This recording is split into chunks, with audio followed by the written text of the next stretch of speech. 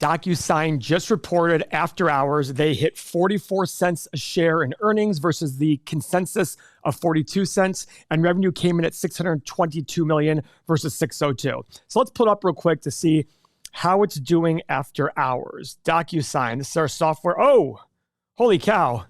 So today, it was up 5%, and after hours is up 16.6%. Now, I want you guys to understand, Restoration Hardware just reported, and they beat by a big amount, but they're down after hours. They started up after hours significantly. Now they're down. Why? I haven't looked at it, but my guess is they're probably guiding lower than they were before, because guidance, beating is one thing, but if you're guiding to a worse number than you thought before, people aren't going to like that. They're going to sell you off. This guidance right here, people must be happy with their guidance. All right. So they are guiding for 624 to 628 million in revenue in the third quarter versus the estimate of 625. So in line for where the estimate was.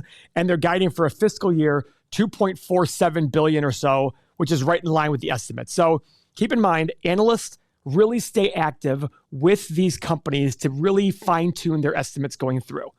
So let's use our 8-pillar process to take a look at DocuSign. On our main page, let's start with a couple things. 5-year average free cash flow, about 200 million, but in the last year, they had $500 million in free cash flow. Now, this data we get from a provider. It doesn't include today's numbers because they literally just reported 12 minutes ago. So we're going to have this data here in a couple of days. Profit margin, negative over the last year. Overall, they haven't made money. In the last 5 years, they've lost a lot. But look at this gross margin, 78%. Now, let's talk about DocuSign as a company. If you've closed on a house at all in the last couple of years, hopefully you've used DocuSign. I've used it. I love it. It's super easy. It's a great way for me to not read my documents and just sign, and be done with it.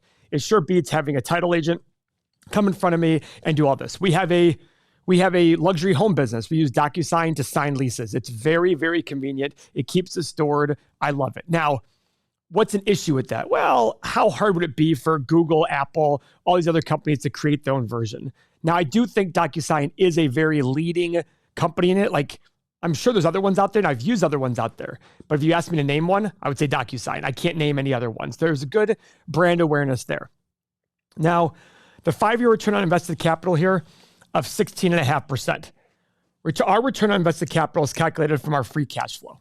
So that's why they have it here. Because on an earnings basis, they have no profit in the last 5 years. Now remember, earnings and profit are different. I am glad that they have free cash flow and not earnings. When it's the other way around, you have to wonder why that is. Because free cash flow and earnings over long periods of time should be equal. But they're probably spending a lot of money by putting a lot of their growth into their earnings as opposed to their free cash flow. So let's go right to our 8 pillars tab and check it out here. Oh, boise. Check this out, guys. So, no PE because they haven't had earnings the last 5 years. And the 5-year free cash flow multiple is 60. All right? That's very high. We want it to be under 22.5. It's 60. Now, look at this one, guys. Shares outstanding is up 518%. 518%. That's a huge number. That's 6 times more, not 5 times more. That's 6 times more shares. Which means even if the company grew 6 times more, you've gotten no benefit because you've been diluted to other owners. So let's say, for example, a company has 10 shares outstanding. You own 1. You own 10% of the business. If they all of a sudden increase the number of shares by 518%, they go from 10 shares to 61 shares. Yes, 61 shares. And what have you done? Or is it 71 shares? 71 shares. Whatever the number is, let's say it's 61. You still own your 1 share. But now instead of owning it out of 10 shares, you own it at 60 shares. So you've gone from 10% ownership down to 1.6% ownership. So even if you see this income statement with skyrocketing revenue, look at this, 113 million to 2.23 billion. Even if you've seen the skyrocketing revenue, you're not getting 20 times the benefit here because you've been diluted like crazy. And here at the bottom, it shows us. Yeah, look at these shares outstanding. Holy cow. 32, 36, 170, 183, 194, 200. So what does this mean that they're diluting people? Well, it means the company believes their stock is overpriced because you have 2 ways to raise capital in a business. You can issue shares or you can issue debt. But if your company is super, super expensive like this, and the stock market and the people out there want your stock like crazy, they're the crack dealers out there just selling crack to the people. They're just selling stock to the people, getting that money in. And if that stock falls in price, they don't owe anything. They're now owners. They don't owe them any extra money. But if it was debt and they took on $1 billion of debt, guess what? If the stock falls, they still owe $1 billion in debt. But if they issue $1 billion in shares and the stock falls, they don't owe anybody $1 billion. So that's why companies do that. So keep that in mind, because this is the silent killer to investing. Nobody pays attention to this. We do. Because the more you understand, the less you fear. That's the big thing here. If you understand these metrics. Now, obviously here, by the way, my guess is, was there an acquisition made? Let's go check it out. Let's go to the cash flow statement and we'll check out the acquisitions right here. No acquisition. They issued a ton of shares. I'd want to understand why that is. So DocuSign is still surging. So does this mean, based on these 8 pillars, that we shouldn't buy the company? Not necessarily. Why? Because every investment's the present value of all future cash flow. And if this cash flow can skyrocket 100% per year, you better believe I'll pay 60 times free cash flow for that. If I can get 100% growth in that free cash flow and earnings for the next 20 years, hypothetically. Now I go to an extreme because doubling every year is going to be impossible. But the whole point I'm trying to make is there is a point where it still makes sense, even with some overvaluation and dilution. But I would, before I invest in this company, I would understand what they're doing here. Are they going to continue doing this? This is very, very, very important for the company to understand that. It does seem, based on this report of 44 cents per share, that they're turning the tables on this portion because EPS drives the earnings in your PE. The free cash flow is rarely really announced except for in the press releases of the company. So let's see what analysts have to say about this. So if you're new to our channel, I'm Paul, I'm a value investor. We created the software so we could analyze companies and use our 8-pillar process to find where there might be a disconnect between price and value. When price and value are very different things, we want to find it where price is below value. And I look at the long-term value. Even though these results are great quarter to quarter, I'm not worried about the quarter-to-quarter results. I'm more worried about, has anything fundamentally changed in a company for better or worse? That's what I'm looking for.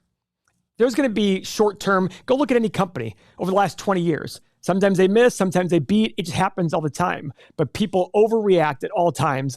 Are you really telling me that because DocuSign beat by 2 cents, there was 17% more today than they were this morning? Or overall for the day, they're up 20-some%. Are they really worth that much more because they beat by a couple pennies per share? That's really not realistic. But that's the way the market does things. So if that makes sense to you, keep watching. So here are the analyst estimates on earnings per share. They're expecting a drop for the year, but climbing back up again. So they're expecting a 50% increase in earnings per share, which is low to mid double-digit returns increases. Now for revenue, they're expecting 2.13 now and 3.79. Keep in mind, for all of these estimates, we get our analysts based on our data feed.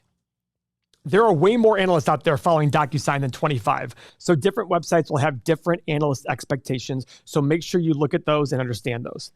So from here, they're going to do, again, low double-digit revenue growth over the next 5 years. All right, so what do we pay for the stock? Well, that's where we use our stock analyzer tool. This stock analyzer tool is so useful because every investment's the present value of all future cash flow. But we have no idea what the future is. The future is completely unknown, right? All we can do is make assumptions about the future. And the longer we go out, the harder it is. But that's why our goal is to make conservative assumptions about the future and buy when the stock price is selling below those conservative assumption results, all right? So there's 10,000 stocks out there. Don't be so gung-ho to buy everything you see. Do your homework and find the 20 or 40 companies that make the most sense. So on the stock analyzer tool, I really encourage you, especially if you're new to this channel, to rewind this part and make sure you understand because I'm going to talk in a little bit more detail on every line here. So the first thing, I'm going to do a 10-year analysis. I don't know how long DocuSign will be around. It's a relatively young company. It's only been public since 2018. I don't even know when it was founded. But I know it was founded before 2018 because I remember using it before then. So I'm going to look at a 10-year analysis, and I'm going to hope along the way that it can get better and maybe somebody can buy it out. Because even if, it's an $11 billion company. So maybe Apple just goes, you know what? We just want the company. Here's a check. We're going to give you $20 billion. That does happen. Is that smart for Apple? I don't know. But maybe it is. Maybe it's not. The point is there is potential. So first line, revenue growth. What I'm going to do here is I want to sit there and estimate my revenue growth potential in the company. Now, that's why I look at the analyst estimates, because analysts tend to stay pretty active, especially in the short run with these companies. But I like to use my analyst estimates on the high side, and I want to do low and middle to be more conservative. So if you look at their revenue growth over the last 5 years, it's 41%. But remember, guys, look at the analyst estimates for the next 5 years. Nowhere close to that number. They're looking at roughly, what is this? Low mid-teens on revenue growth. So I'm going to go with 15 on the high side, 12 on the mid side, and 9 on the low side. Actually, you know what? I'm going to do this. 7, 11, and 15. All right. Now for profit margin. I'm going to ignore this completely. It's all negative here. I'm going to ignore that. Why? Because that's useless. They're starting to generate profit. I'm happy with that. So they're expected to make $2.50. Sorry. If they're expected to make, what are they expected to make this year? Yeah, roughly call it $2, $1.80, $2, whatever it is. And they have how many shares outstanding? 190 million. That's $380 million in net income this year. And their revenue was $2.2 billion. And I'm just trying to go high level. That's a margin of about 15%. So I think that's going to get better as time goes on, as they grow and get more efficient, because their gross margin is 78%. This means for every extra dollar they sell, they're going to add 78 cents to that bottom line. So they're going to really be able to really grow that earnings per share much faster if they're able to grow much faster as well. So I'm going to put on my stock analyzer on profit margin, I'm going to do 10. How high should I go here? 17.5 and 25. Free cash flow margin. Now, this is what I like about free cash flow. I was worried about this 25 number, but they did 22.3 in free cash flow in the last year. And like I said, free cash flow and earnings over long periods of time should equate out. So these margins should be very similar. Go check out companies like Microsoft, Apple, Google. They have very similar free cash flow multiples to their free cash flow to their earnings. So DocuSign, I'm going to actually do 13, 19, and 25 as well. Now, PE. So guys, the key here for PE is, what's the PE at the end of the time period? And we're looking at 10 years. So at the end of 10 years, what PE should we assign to the company? Well, the historical average for companies is 15, but you should pay a premium for moat and for growth. And I still think this company will still have good growth potential in 10 years. It'll still be relatively small business. And it has a high return on invested capital, which is kind of supporting the moat in a way. But with a high return on invested capital, that means the company could really invest money and get much higher rates of return above the expectations of investors and debt. So I'm okay paying a premium for this company based on that. So I'm going to sit here and put 14 on the low side, 17 on the middle, 20 on the high. Price to free cash flow, I like to keep them the same. So I'm going to do the exact same numbers here. Because again, free cash flow earnings should be equal. Now, finally, for my desired annual return, guys, this is where I sit there and say, okay, what return do I want for the next 10 years? The higher the number, the lower the stock price will be today. Now, you can get 9 or 10% by investing in a long-term ETF, correct? So in order to invest in a company individually and give yourself margin of safety, I strongly encourage you to do much higher than 9 or 10%. So what's a reasonable number? Well, I think DocuSign has some potential for being eliminated by some companies. So I want a higher margin. So on the low end, I want 15%. On the middle range, now in the middle, I've also made some higher assumptions. So I want to go, as I make higher assumptions, it's harder to hit those assumptions. So I have to have more margin of safety in that. So if I want more margin of safety, I want a lower stock price, which means a higher desired return. The less I pay, the more potential return I'm making, right? So on the desired return, I'm going to go with 18, and then on the high side, 21%. Is this high? Absolutely. But remember, DocuSign has been a hype company for a while. and they're just now becoming profitable. They're just now generating really solid free cash flow. There's a lot more risks involved in younger companies. I want to factor that in here. This is not Microsoft or Google, where I'd be fine with a 12 or 13% return with ample margin of safety. This is DocuSign. There is room there for I don't know what's going to happen. So when I hit the analyze button, I'm going to get 6 numbers: low, middle, and high for earnings value and free cash flow value. If it's all green, this does not mean go out and buy. What it means is go out there and start figuring out if these are accurate assumptions. How do you do that? Well, very simple. You go on the internet and you Google, start finding out more about the company. Go look at those analyst reports. What are they saying pro and con? Go see different opinions from average investors who say, hey, here's what I think. There are so many communities out there that you can go check out. But of course, our community right here. We have a community that we specifically built just for investing.